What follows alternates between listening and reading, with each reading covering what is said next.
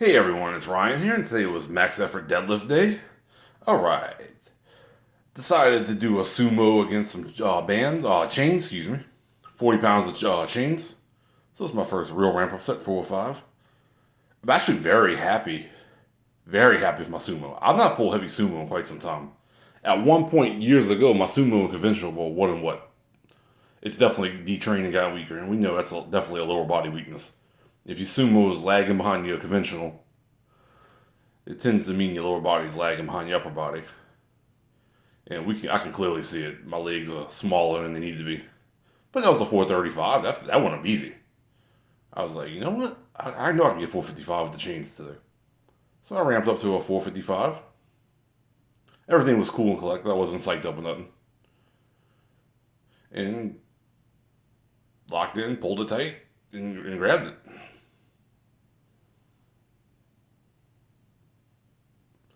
And it was close to a max, definitely. But without the change, I'm probably can get 465, 475. That's actually pretty good. It's not too far from my conventional. So that's a good place to be. All right, boring but big. I'm going to do some slight modifications to the exercise order, but I really want to do the sumo deadlifts for 5 sets of 10.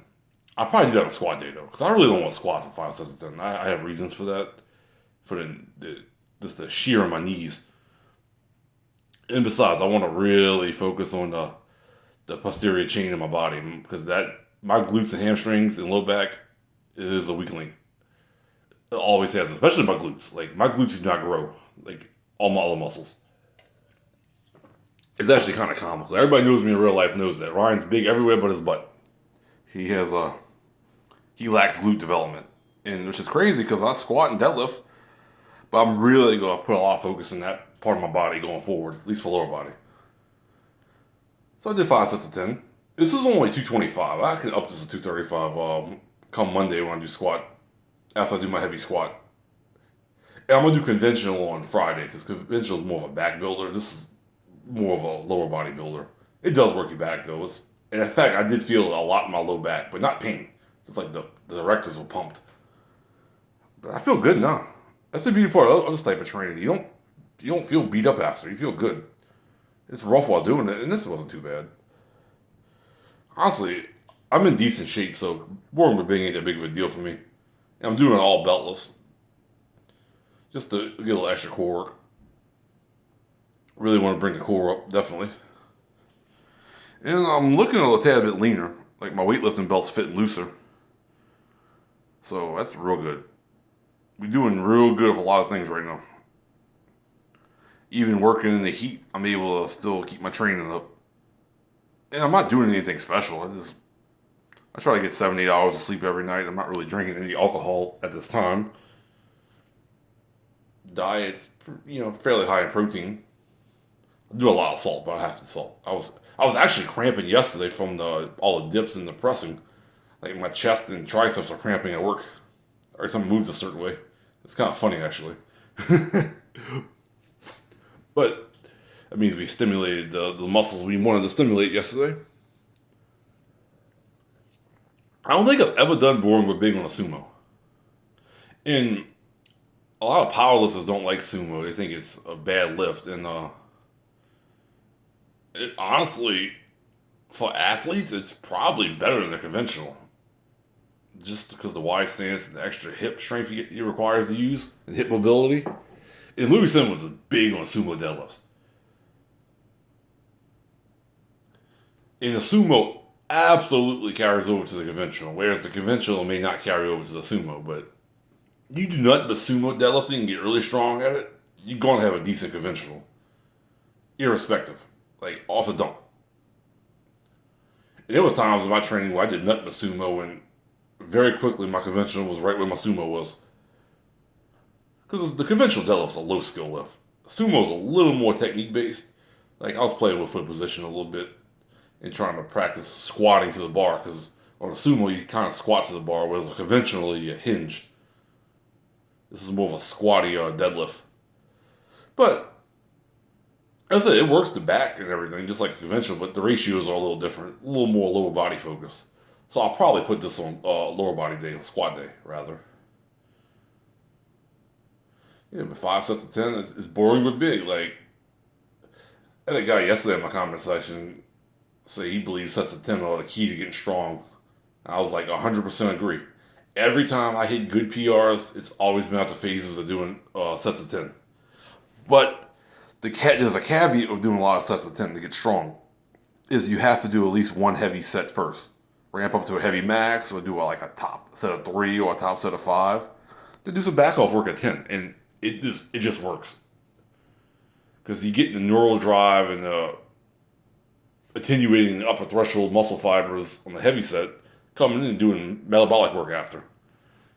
It's a tried and true method. Louis Simmons was big on that. In fact, he out and out said he wanted to get you as big and strong as possible with the lightest weight possible.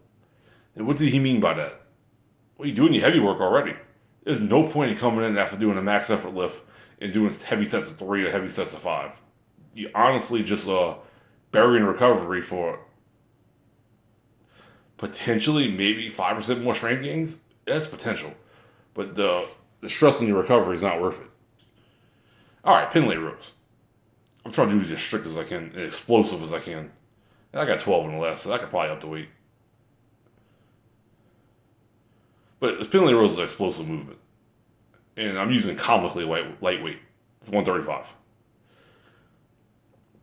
I've Pendlay rowed 185 sets of 10 at one time, but I'm sure they weren't as clean as this. But that's the beauty part of the Pendlay rows, is we can use comically lightweight. So look at the strain of my recovery. There's nothing, no axial loading. And I'm exploding as fast as I can to really stimulate the back. And I'm gonna do some chin-ups and push-ups on my off days, mainly for conditioning and grease the groove type shit. I basically want to be able to do an army fitness test anytime I want to, because that'll give me a good baseline of conditioning and strength. Like, I know I could do a deadlift challenge already, but to run 2 miles and the chin-ups and push-ups in a certain amount of time, yeah, I want to improve on that a little bit on my off days from training. I probably won't film none of that. That's a little conditioning work. And I finished this workout off with some cheat curls. I got 2 sets of 10. They were brutal. I wanted to do 3 sets, but after that first set, I was like, yeah, 3 sets ain't gonna happen. They lit my biceps up. And this is a big multi-joint movement. This isn't just for biceps. Big cheat curl, there's definitely some upper back and delt involvement. And some core involvement. So a good use of resources to do something like this, big movement, to really finish off the biceps. And this, just like the snatch grip high pulls from yesterday, this gives an overspeed eccentric. This is more weight than I can lift on the concentric rep. So when I go down, it's eccentric overload. That's well documented to reduce muscle growth in the lab.